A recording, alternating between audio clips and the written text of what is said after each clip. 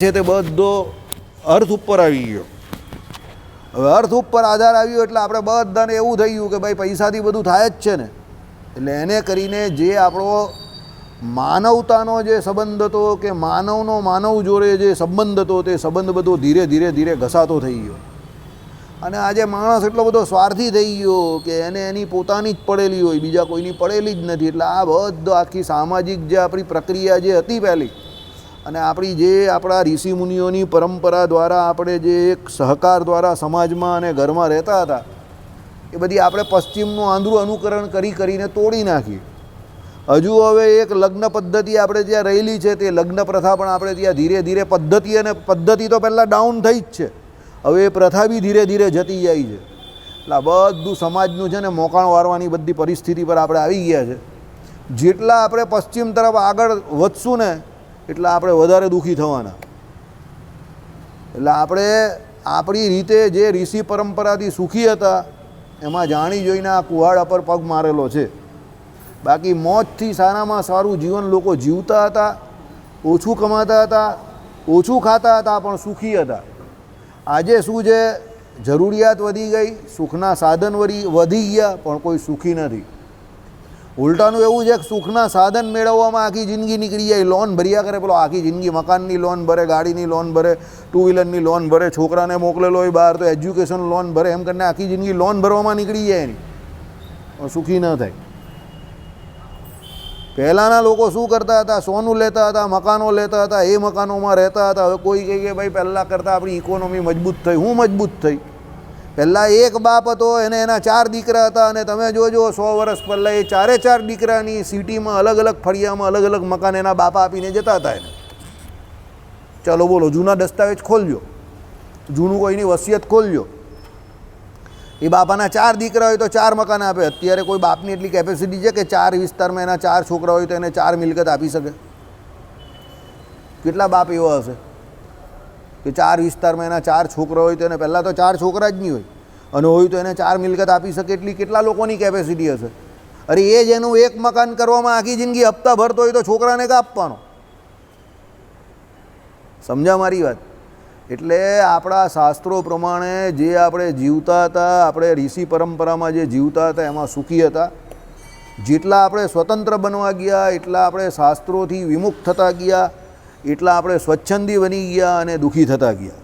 એટલે અહીંયા બધું ભગવાને કહ્યું છે કે શાસ્ત્રોમાં જે કહ્યું એ પ્રમાણે કરવાનું છે, ભગવાને જે કહ્યું એ પ્રમાણે કરવાનું છે. સુખ ને દુઃખ જે છે એ પ્રારબ્ધમાં જેટલું લખેલું એ પ્રમાણે આવવાનું છે.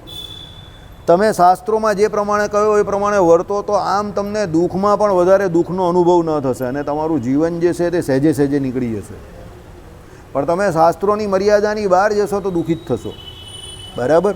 એટલે ભગવાને અહીંયા શું કહ્યું કે ભાઈ જેમ સ્ત્રી જે છે તે પોતાના સ્વાર્થ સારું પતિનો દોષ ગ્રહણ કરતી નથી, અને બીજા પણ ગૃહસ્થ હોય તે પોતાના ભાઈ, ભત્રીજા, દીકરા ઇત્યાદિ જે સંબંધિત એને વિશે જો પોતાનો અતિશય સ્વાર્થ હોય તો દોષનું ગ્રહણ નથી કરતા ને. ઘણા લોકો હોય કે ભાઈ એક છોકરો કમાવદાર હોય અને એના પૈસા દ્વારા આખું કુટુંબ ચાલતું હોય તો પેલો ગમે તે કરે, કોઈ કંઈ બોલે જ નહીં પછી, કારણ કે એના દ્વારા પૈસા એના હોય, મેઇન એનું કોન્ટ્રીબ્યુશન હોય ઘરમાં, એટલે એને કોઈ કંઈ બોલે નહીં. એનામાં સ્વાર્થ રહેલો છે, એના દ્વારા લોકોના સ્વાર્થનું પોષણ થાય છે, એટલે કોઈ કંઈ બોલે નહીં.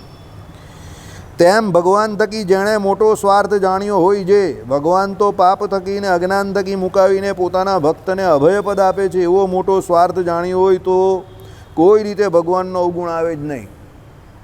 બુદ્ધિશાળી માણસ હોય એને કોઈ દિવસ ભગવાનનો અવગુણ ના આવે. એને ખબર છે કે મને જે અનાદિકાળથી આ દેહાભિમાન રૂપ અને બીજા જે કોઈ અજ્ઞાનરૂપી કાંટા આ જીવને વિશે વાગેલા છે એ બધા કાંટાને દૂર કોણ કરશે? પરમાત્મા પુરુષોત્તમ નારાયણ ભગવાન.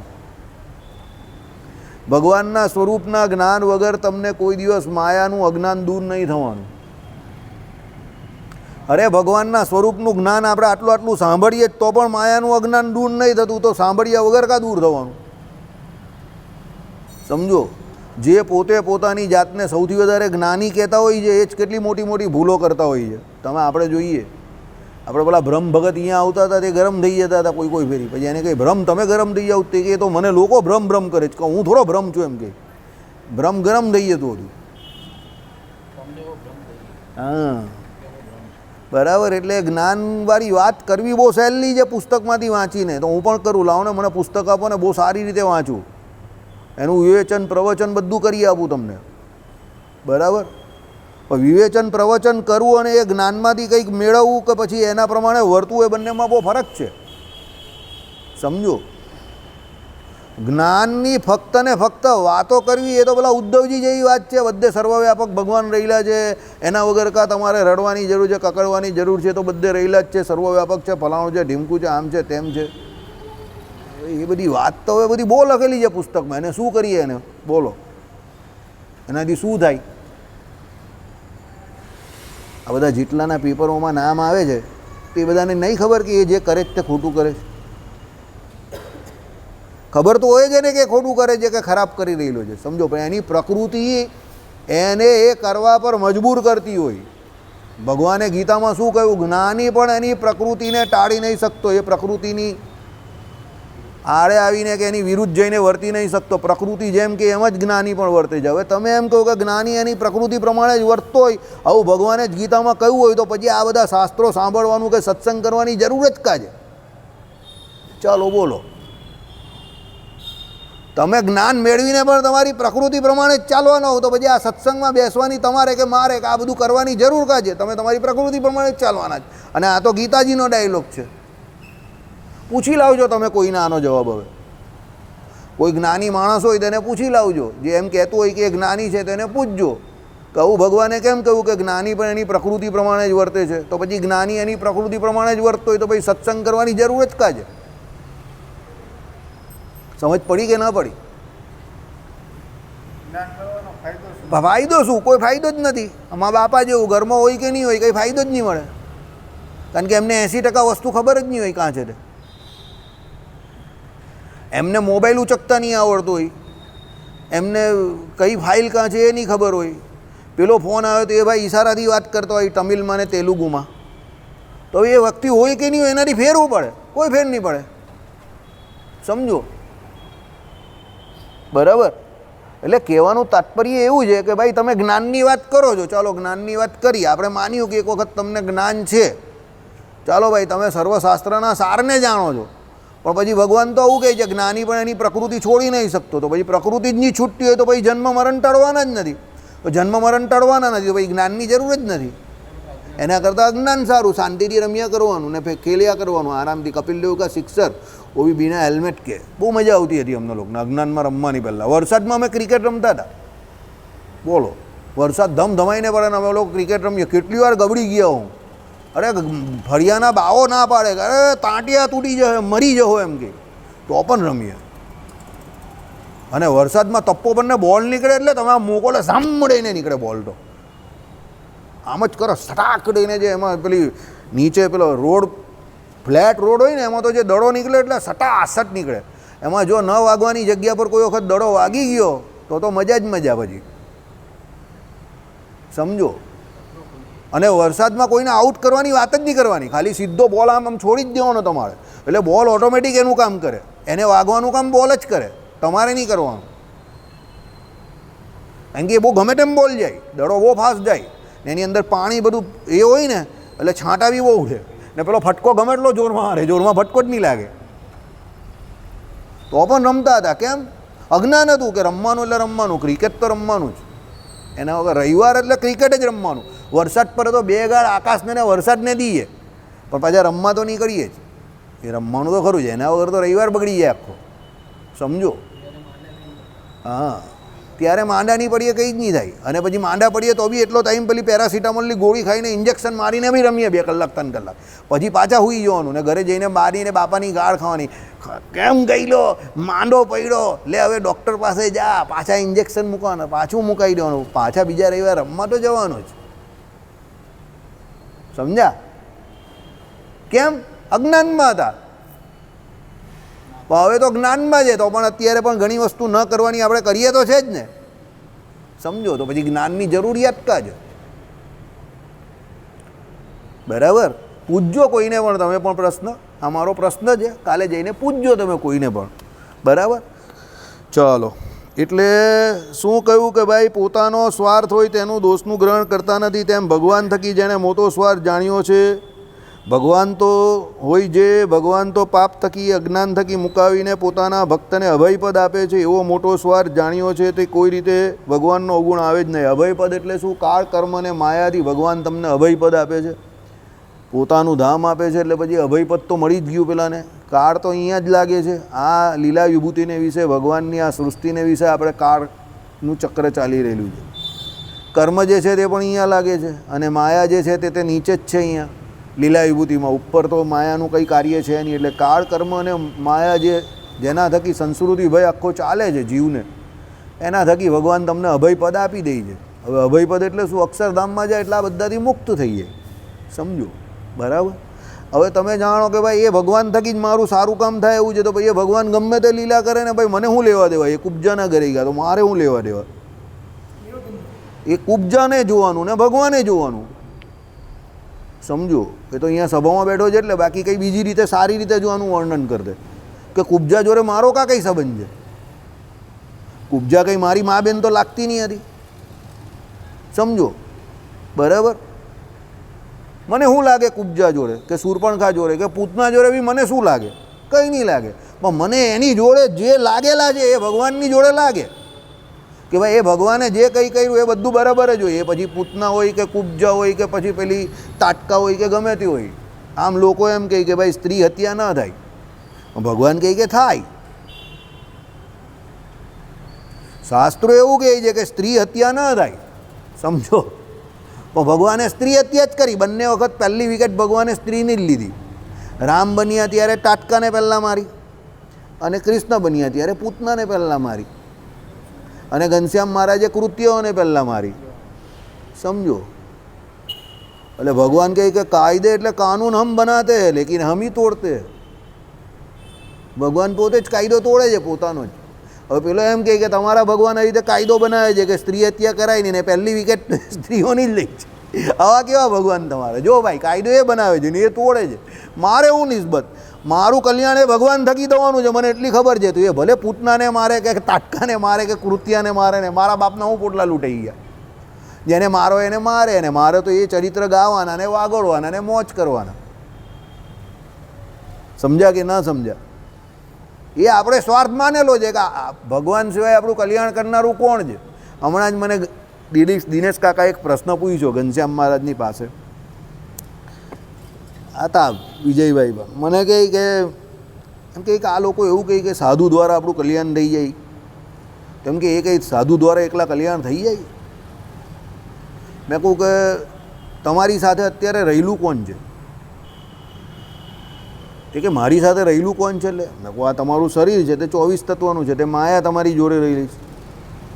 બીજો અંદર કોણ રહેલો છે? તે કે જીવ. મેં કહું ત્રીજું કોણ રહેલું છે? પરમાત્મા. બસ. તો મેં કહું તો હિસાબ તો આ તમારા 3 જણ વચ્ચેનો જ, તો વચ્ચે સાધુ કાથી આવી ગયા? સમજો? જીવને માયાની વાસના હશે તો એ માયાનું શરીર બીજું ધારશે. અંદર ભગવાનની ઈચ્છા હશે કે વાસના, તો ભગવાન પાસે જશે. તો ચોથા સાધુ વચ્ચે આવ્યા જ કા? મેં કહું તો કે આ બધા સાધુ સાધુ કર્યા કરે. તો મેં કહું એ સાધુ કોણ કે જેના દ્વારા પેલા અંદરના ભગવાન ઓળખાય, એટલે સાધુનું મહાત્મય. મહારાજે શું કહ્યું? એ ભગવાનને લઈને મુક્તાનંદ સ્વામી આદિ જે કોઈ છે તે ભગવાન જેવા કહેવાય, પણ ભગવાનને લઈને એટલે ભગવાનને ઓળખાવે છે એટલે એ સાધુની કિંમત છે, એકલાની નહીં. તમે કપિલ ગીતા જોવો કે હરિગીતા જોવો, એમાં જે સાધુના લક્ષણ કયા અને એ સાધુની જોડે પોતાના જીવને જોડવાનું કહ્યું. એ કેમ કે એ સાધુનો જીવ ભગવાનમાં જોડાયેલો છે. એટલે તમારો જીવ ડાયરેક્ટ ભગવાનમાં લાગતો નથી, એ સાધુનો લાગેલો છે. એટલે તમારે સાધુ જોડે જીવ જોડવાનો છે કે એ સાધુ તમને માયામાંથી તમારા જીવને કાઢીને ભગવાન તરફ લગાવવા મદદરૂપ થશે. એટલે સાધુ વચ્ચે છે. બાકી સાધુ કંઈ તમને કંઈ અત્યારના પેલા ફેન્સી સાધુઓ થઈ ગયા કે એ ધબ્બો મારે ને એ તમને એ ભજન કરે ને એ કહી જાઓ તમે શાંતિથી જે કરવું હોય તો કરો, હું ભજન કરું ને તમારું કલ્યાણ થઈ જશે.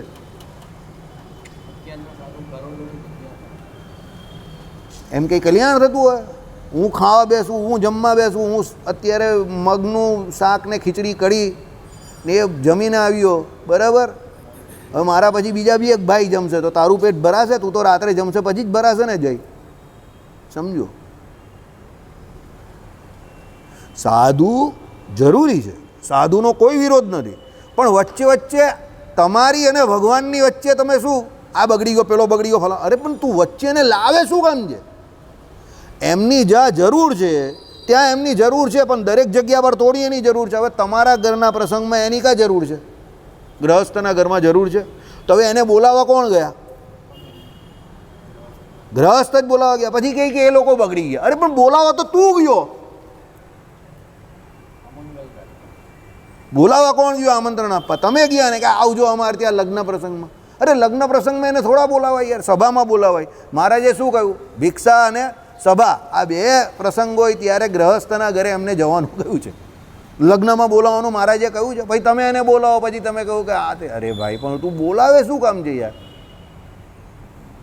પછી એને સંબંધ રાખો એટલે બિચારા જાણતા હોય તો બી અમુક ફરી ના નહીં પાડી શકે. ચાલો બોલો.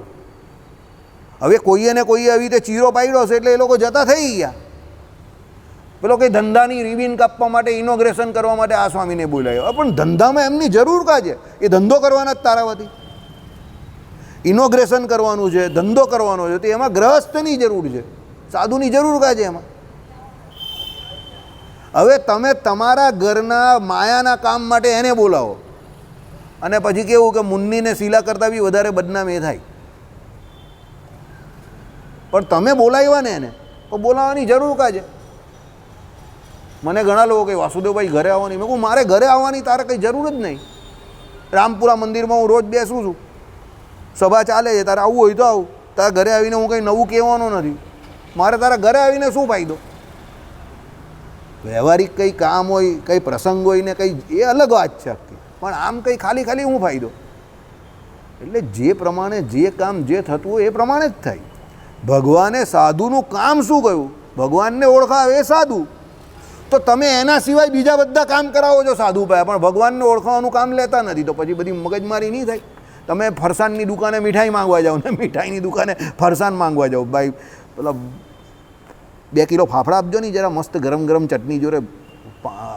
વરસાદ બહુ પડે છે, તો પેલો મીઠાઈવાળો વિચાર કરે કે આ હાલો મારી દુકાનમાં એને કાં ફાફડા માંગે છે, કે આનું ભમી ગયું લાગે છે. અને ફાફડાની દુકાને જઈને તમે કહો મસ્ત વરસાદ પડે છે, જરા એક કામ કરજે નહીં, 2 કિલો ચાલી જરા, એમ કહે કે પેલી બંગાળી મીઠાઈ આપી દે નહીં. અરે પીલો કે હાલા હું ફાફડાની દુકાન વાળો, તું મારી જોડે મીઠાઈ માંગે છે? તો ઉલટા કામ આપણે કરીએ, સમજો બરાબર? મેં દિનેશ કાકાને એ જ કહ્યું.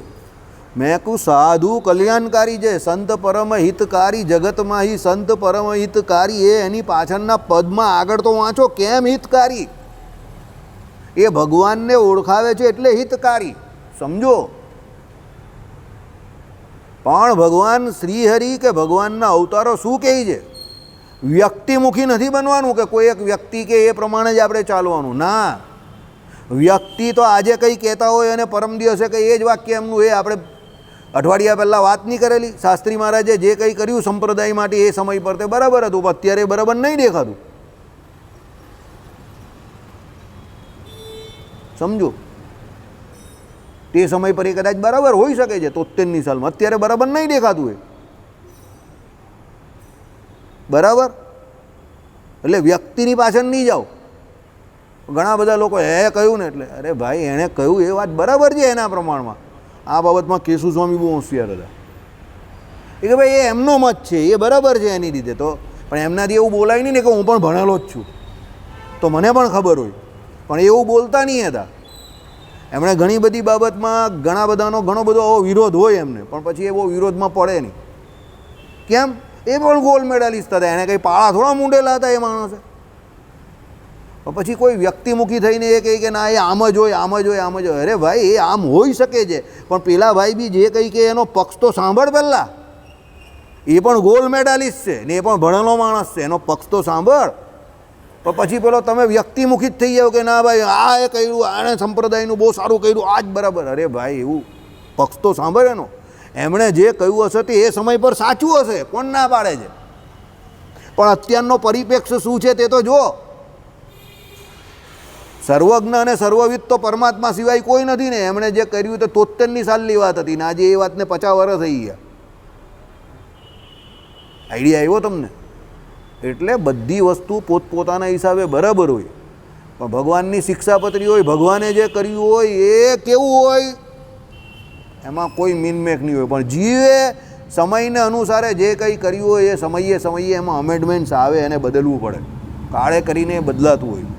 કારણ કે જીવ જે છે એ ગમે એટલો બુદ્ધિશાળી હોય એ સમયની જરૂરિયાત પ્રમાણે એ કરે, પણ પછી એ સમય બદલાય એટલે પેલું જે કરેલું હોય એ પણ જૂનું થઈ જાય ને. 50 વર્ષ પહેલાં અમારો જન્મ થયેલો ત્યારે મોબાઈલ હતો જ નહીં. હવે અત્યારનો છોકરો તો ઘોડિયામાં રડતો હોય તો એની મા એને મોબાઈલમાં આપી દઈ છે, સમજો. હવે આના પછીના 50 વર્ષ પછી હું હશે તો આપણે કાં ખબર છે, કંઈ બીજું જ રમતો હશે એ છોકરો. તમે મારી વાત સમજ્યા? એટલે વ્યક્તિમુખી કોઈ દિવસ ન થવું.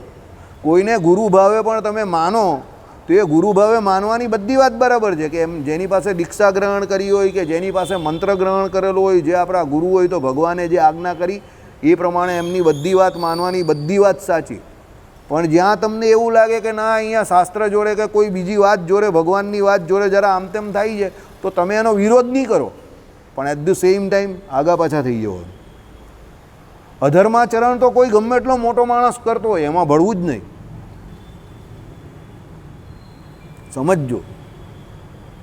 એનું સૌથી મોટામાં મોટું જો કોઈ ઉદાહરણ હોય તો મહાભારતનું યુદ્ધ છે, કે ભાઈ આવા મોટા મોટા હતા તો પણ અધર્મના પક્ષે લડવા ગયા, બધા પૂરા થઈ ગયા.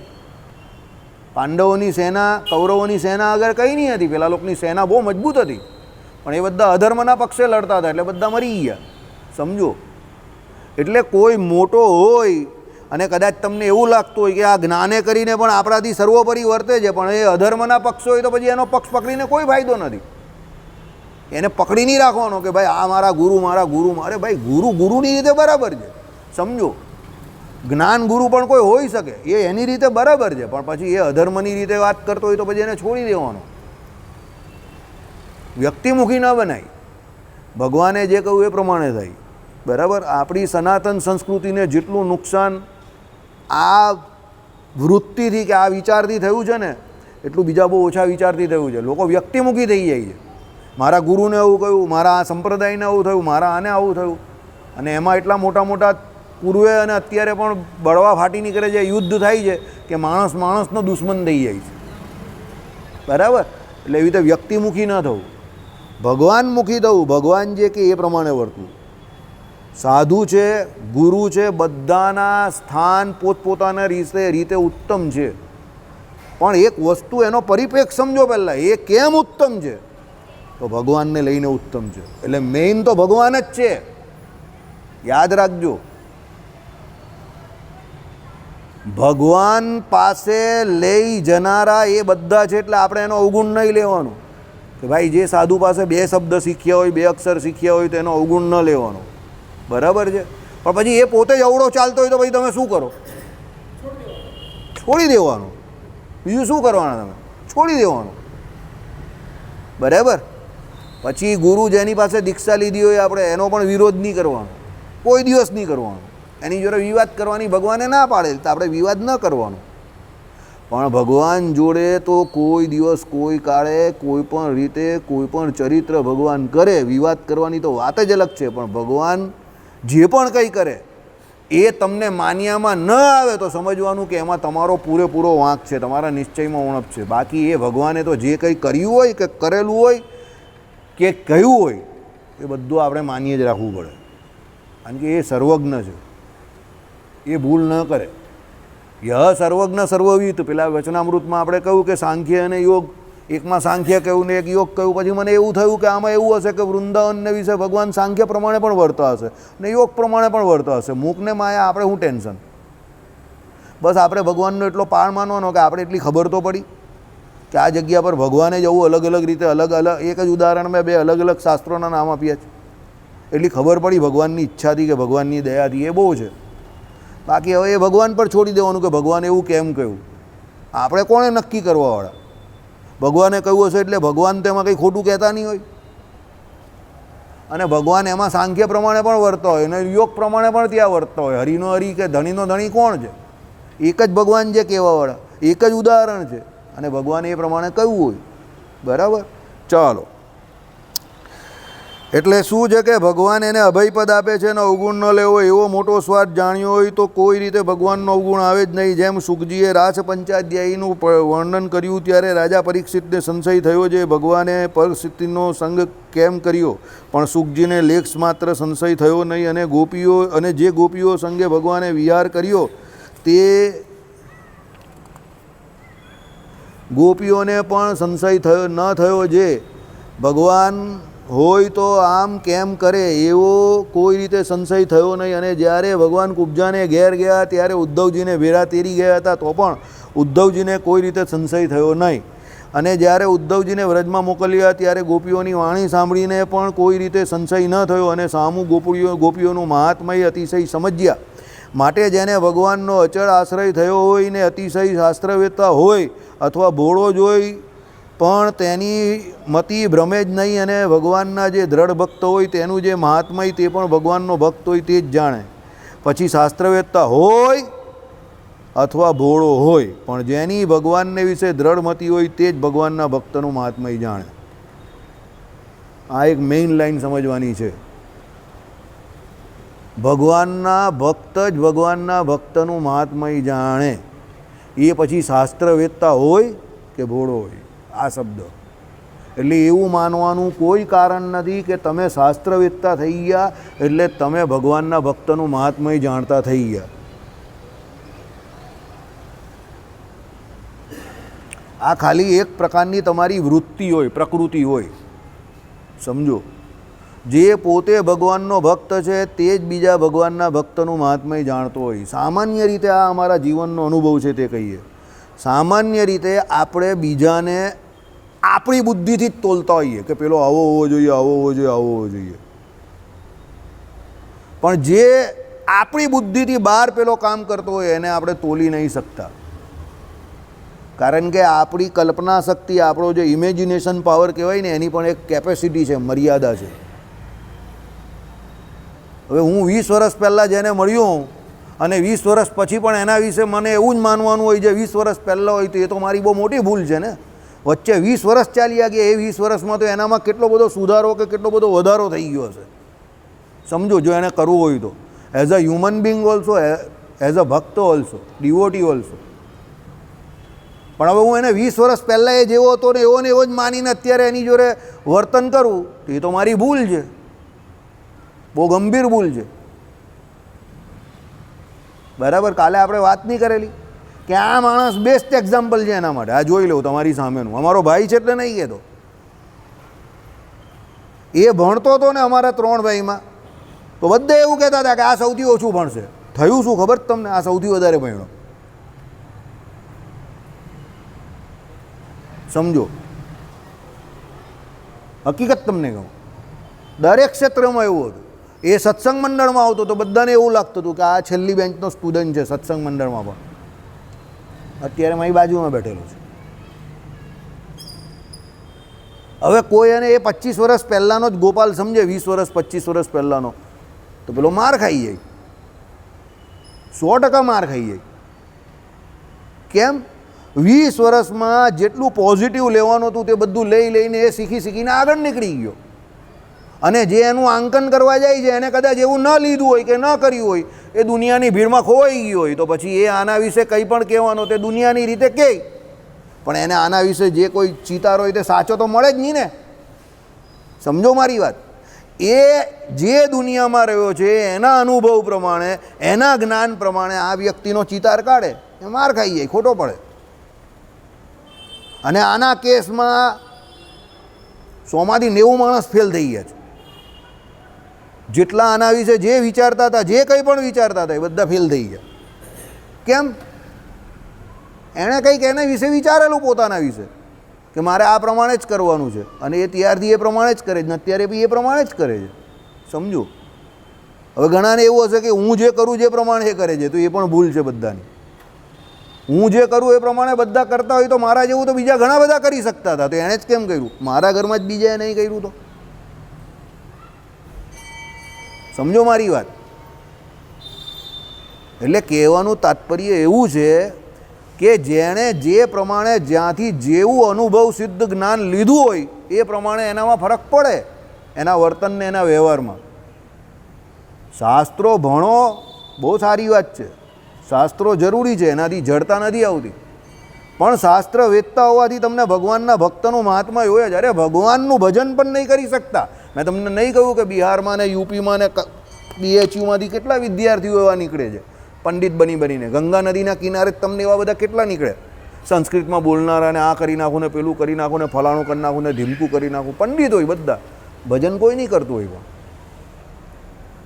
શાસ્ત્ર વેતા છે બધા, ભજન નહીં કરતા હોય.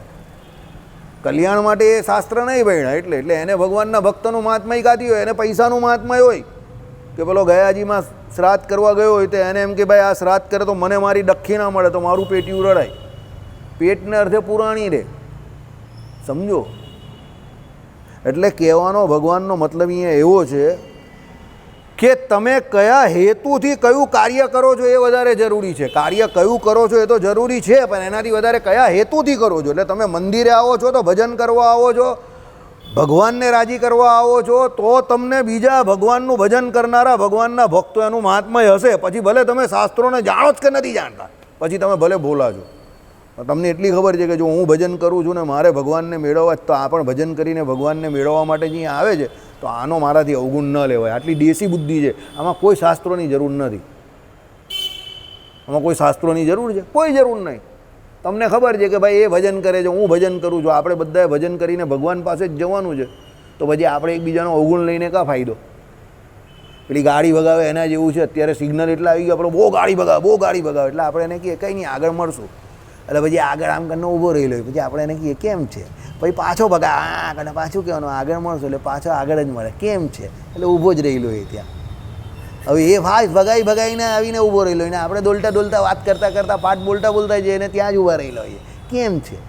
પછી મંદિરે જ આવી જઈએ ત્યારે કે તો મંદિરે આવ્યો, 2 મિનિટનો ફેર પડ્યો, એમાં તે ભગાવી વધારે ને હું શાંતિથી હળવો આવ્યો. વાત સમજ્યા તમે હું કહેવા માગું છું?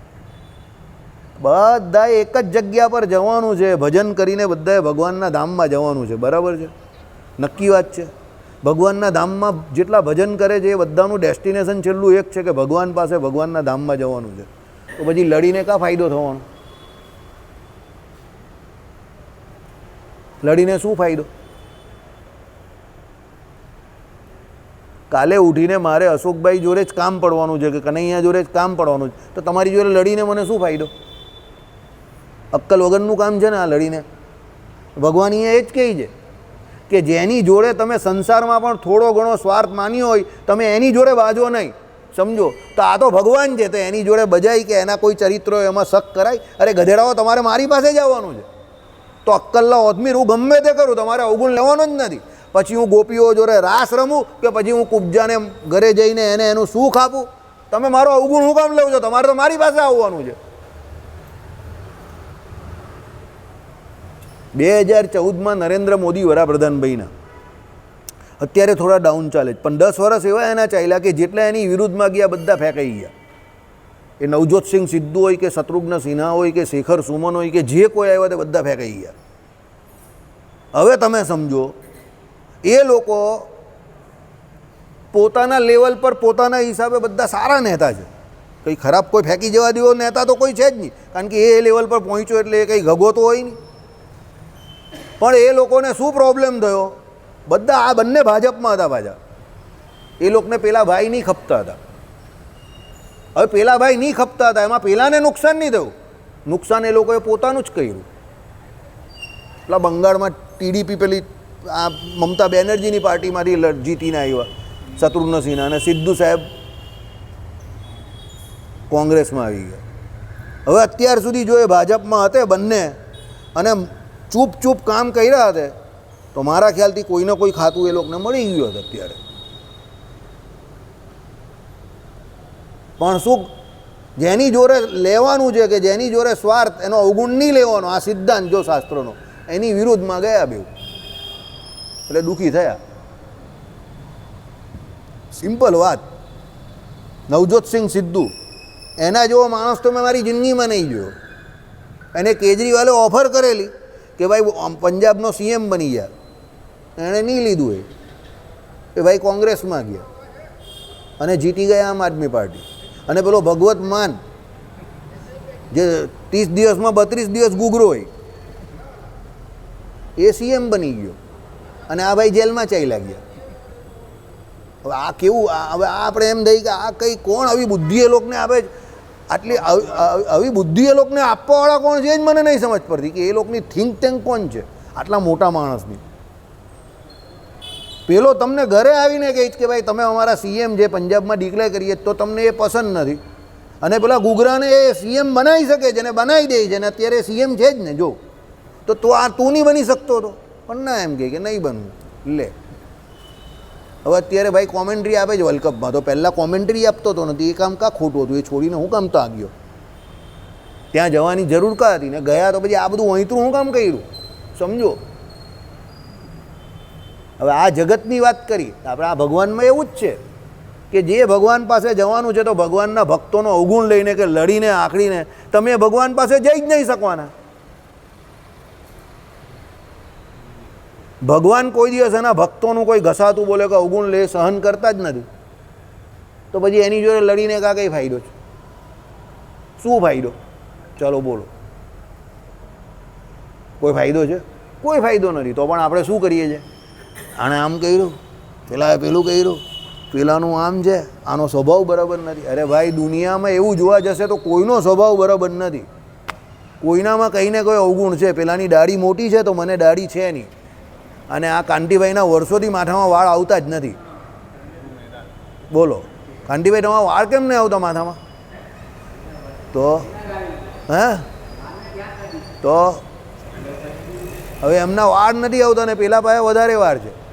હવે એમને જ્યાં જોઈએ ત્યાં પણ વાર નથી ને પેલાને જ્યાં ન જોઈએ ત્યાં પણ વાર છે.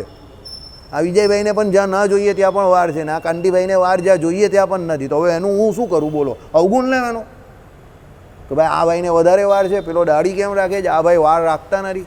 આ પેલો કનૈયો દાઢી મૂછ રાખે તો વધારે ટોપ લાગે. અશોકભાઈ જે છે તે કાયમ અહીંયા આવીને હસિયા કરે છે, બેસેલા છે. આ મુકુંદભાઈ અહીંયા G20ના અને TCSના ટાટાના માણસ બની ગયા છે. તો હું શું કરું? તો બધા જોડે બા ભીડું? એ કોઈ મેટર જોડે મને લેવા દેવા જ નથી કે તમને મારી એ મેટર જોડે કોઈ લેવા દેવા નથી. સમજો, લેવા દેવા શું છે કે આપણે અહીંયા ભગવાનનું ભજન કરવા આવીએ છીએ અને ભગવાનનો ને ભગવાનના ભક્તોનો ગુણ લેવાનો છે અને ભગવાનના ધામમાં જવાનું છે. તો પછી આ બીજી બધી માથાકૂટ શું કામ કરવાની કે એણે આમ કેમ કર્યું ને પેલા તેમ કેમ કર્યું, પલાણું ને ડીમકું? આપણે શું લેવા દેવા? આનું ટી-શર્ટ બહુ 58 છે, જોઈ લો. બરાબર કે નહીં? ટી-શર્ટ 58 છે ને ભાઈ? ટી-શર્ટ કેવું છે? મસ્ત છે ને? જો હસે છે. એટલે કહેવાનું તાત્પર્ય સમજો. આપણે આ ભૂલ કરીએ છીએ એટલે ભગવાન કહે છે. હવે આ તમને લાગે હું અત્યારે ચલાવું તો નાના છોકરા જેવી બાબત લાગતી હશે, પણ આપણે એવું કરીએ છીએ. લાગે તમને એમ કે ભાઈ આ તો નાના પોયરા જેવી વાત છે, આ હું વાસુદેવભાઈ અહીંયા સમજાવતા હશે, પણ આપણે એવું કરીએ છીએ ને. અને ભગવાને કહ્યું છે ને આવું, જો જરૂર ન હોય તો ભગવાન શું કેમ કહે? ચાલો બોલો, કહ્યું તો ભગવાને જ છે ને. એટલે જે ભગવાનનો ભક્ત હોય એ જ ભગવાનના ભક્તનું મહાત્મય પણ જાણે. એ ભણેલો હોય કે ન ભણેલો હોય, ભોળો હોય. જો ભોળાને પણ એટલી ખબર છે કે ભૂખ લાગે તો ખાવાનું જ જોઈએ, અને નહીં ભોળો હોય એને પણ એ ખબર છે ભૂખ લાગે તો ખાવાનું જ જોઈએ. એટલે જેને જેમાં સ્વાર્થ હોય એનો એને અવગુણ આવતો નથી. તો આપણે ભગવાન પાસે જવાનું છે તો ભગવાનને ભગવાનના ભક્તોનો દ્રોહ શું કામ કરવો કે અવગુણ શું કામ લેવું? આગળ વધો નહીં, તમે તમારા હિસાબે ખુશ. તુમી તો તુમ હો તો ક્યાં તુમ હો, અમી તો અમે તો ક્યાં અમે. આગળ વધો. બરાબર, ચાલો. એટલે જે ભગવાનનો જે દ્રઢ ભક્ત હોય તેનું જે મહાત્મય તે પણ ભગવાનનો ભક્ત હોય તે જ જાણે. પછી શાસ્ત્રવેતા હોય અથવા ભોળો હોય. મને આ લાઈન બહુ ગમી ગઈ છે, શાસ્ત્રવેતા હોય અથવા ભોળો હોય. બરાબર, પણ જેની ભગવાનને વિશે દ્રઢમતી હોય તે જ ભગવાનના ભક્તનું મહાત્મય જાણે. એટલે જેની ભગવાનને વિશે દ્રઢમતી છે, જે ભગવાનનો ભક્ત સાચો છે એ જ ભગવાનના ભક્તને પણ ઓળખી શકે. બાકી તમને આખી દુનિયામાં બધે ભૂલ મળે જ. ભૂલ એક એવી વસ્તુ છે ને બધાની સામેવાળાની પહેલાં દેખાય, આપણી નહીં દેખાય. બરાબર, ચાલો. અને જે દ્રઢમતીવાળા ભક્ત હોય ને તેને ઓળખે પણ ખરા. દ્રઢમતીવાળા ભક્ત હોય તેને ઓળખે પણ ખરા. અને તે વિના જગતના વિમુખજી હોય, તે તો પંડિત હોય અથવા મૂર્ખ હોય, તો પણ ભગવાનને વિશે દ્રઢમતી પણ કરી શકે નહીં. જો આવી ગયું ને, જગતમાં વિમુખ જીવ જે ભગવાનથી છે એ ભણેલો હોય ગમે એટલું કે નહીં ભણેલો હોય, પણ એ ભગવાનને નહીં ઓળખી શકે. ભગવાનના ભક્તનું મહાત્મય પણ એ નહીં જાણે. સમજો, અમે અમારા જૂના ફળિયામાંથી મંદિર જ આવતા હતા કે અત્યારે મંદિર ચાલ્યા આવે. આ ઉંમરમાં થોડું મંદિર છે ભાઈ. લે, હવે એક છોકરો હતો તે આ ભાઈ જોડે વડતાલ જવાની વાત કરતો હતો, એનો બાપો શું કહે એને ખબર, વડતાલ હું જવાનો આ ઉંમરમાં, દમણ જાઉં, ગોવા જાઉં. બાપો પણ ખોવાઈ ગયો, ઘર છોડીને ભાગી ગયો, ચસકી ગયું કહેવાવાળો, અને છોકરો 44ની ઉંમરમાં મરી ગયો. બંને ગાયબ થઈ ગયા. આને જ કહેતા હતા આ ઉંમરમાં વડતાલ થોડું જવાય, દમણ જવાય ને ગોવા જવાય. બંને ખોવાઈ ગયા. સમજો, ઘણી વખત શું હોય કે જે ઘટના દુર્ઘટના ઘટી શકવાની હોય કે ઘટવાની હોય એનો તમને અહેસાસ આવતો હોય કે આ ખોટું થઈ રહેલું સાવ, પણ તમે એ સમયે અને કસમયે બોલો તો સામેવાળાને એવું લાગે કે એ તમારું ખરાબ ઈચ્છી રહેલો જ. એ ખરાબ ઈચ્છી નહીં રહેલો, તમે જે કરી રહેલા જ એના ફળને જાણે જ એટલે બોલી રહેલો જ ખાલી. એના ઈચ્છવા નહીં ઈચ્છવાથી થોડું કંઈ થશે. ઝેર પીએ એટલે એ મરવાનો જ છે. એ કોઈ પણ પીએ, હું પીવું કે તમે પીવો, એ મરવાનો નક્કી. 5-10 મિનિટ આમ તેમ થાય, જેનો રેઝિસ્ટન્સ પાવર વધારે સારો હોય તે 10 મિનિટ જરા વધારે તડપે, જે ઢીલો હોય મારા જેવો તે જલ્દી નીકળી જાય, પણ તડપે ખરો ને મરે ખરો ઝેર પીએ. આ એવી વાત છે, સમજો. એટલે કહેવાનું તાત્પર્ય, સત્સંગી હોય, ભજન કરતો હોય, મંદિરે આવતો હોય, નિયમ ધર્મમાં રહેતો હોય, ભગવાન જોડે ભગવાનના ભક્તો જોડે જોડાયેલો રહેતો હોય તો ગમે તે હશે એનું કંઈ ને કંઈ સારું જ થશે, બગડશે નહીં. અને પેલો તમને ગામમાં બહુ સુખી દેખાતો હશે, ઓલ વેલ દેખાતું હશે, બધા અપ ટુ ડેટ દેખાતા હશે, ભગવાન અને ભગવાનના ભક્તનું મહાત્મય નથી અને ભગવાનથી વિમુખ છે, તો અત્યારે ગમે એટલું સારું દેખાઈ જ જાય, એનું અતિશય સારું નહીં થવાનું. યાદ રાખજો આ વાત. અત્યારે ભલે તમને એવું દેખાય પણ એનું અતિશય સારું જરા પણ નહીં થવાનું. કેમ? એ ભગવાન અને ભગવાનના ભક્તોની જોડે જોડાયેલો નથી. એટલે ભગવાન અને ભગવાનના ભક્તોનું મહાત્મય જાણો. વાસુદેવ ભગત બોલાવે છે, શ્રીપતિમ શ્રીધરમ સર્વદેવેશ્વરમ ભક્તિધર્માત્મજમ વાસુદેવમ હરે માધવમ કેશવમ કામનમ કારણમ સ્વામિનારાયણ નીલકંઠમ.